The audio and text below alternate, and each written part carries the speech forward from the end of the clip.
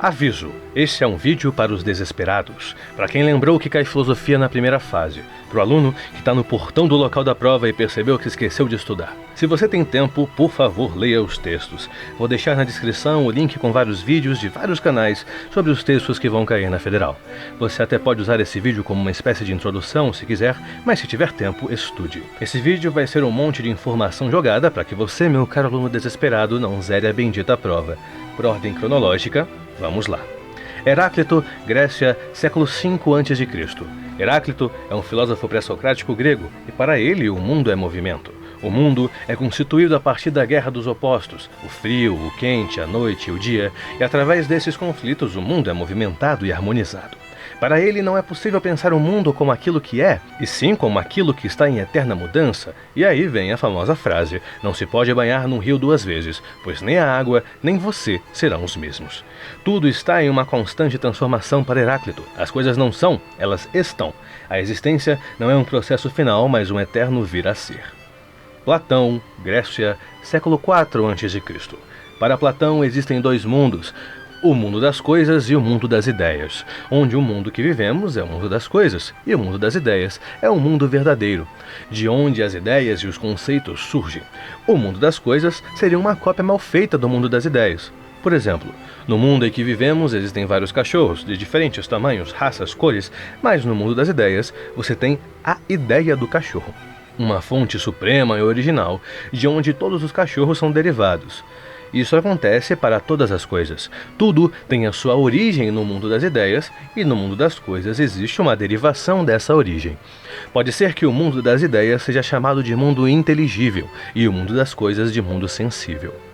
A arte para Platão, que é o tema dos textos, é uma arte imitatória, ou mimesis. É a capacidade que o artista tem de imitar a realidade. Platão vai dizer que uma pintura de um vaso nada mais é que uma cópia incompleta do vaso que está realmente em cima da mesa. Por mais perfeita que seja essa representação, ela nunca vai chegar aos pés do vaso em si. A questão é que, se para o Platão a própria realidade é uma cópia do mundo das ideias, essa pintura do vaso nada mais seria que uma cópia mal feita de outra cópia mal feita do mundo das ideias. E por essa razão, a arte não teria valor.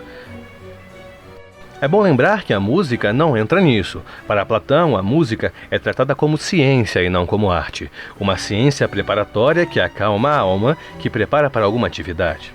Maquiavel, Itália, século XV d.C. A separação de ética e política é o que marca o Maquiavel na história com o livro O Príncipe. É uma teoria política que dissocia as utopias da realidade.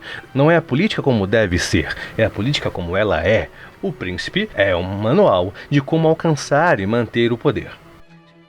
Se tiver que escolher entre ser amado ou temido, é preferível ser temido.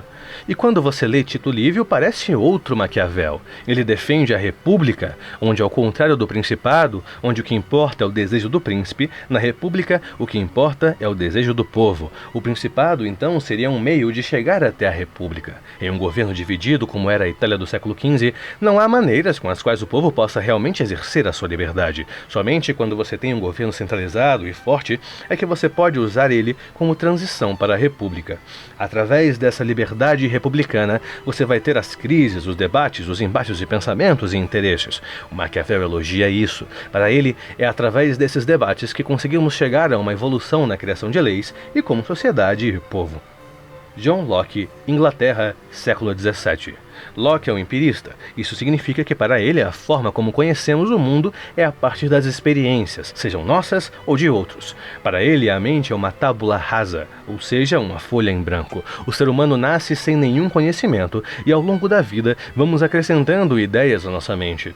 Essas ideias surgem a partir de duas coisas, as percepções e as reflexões.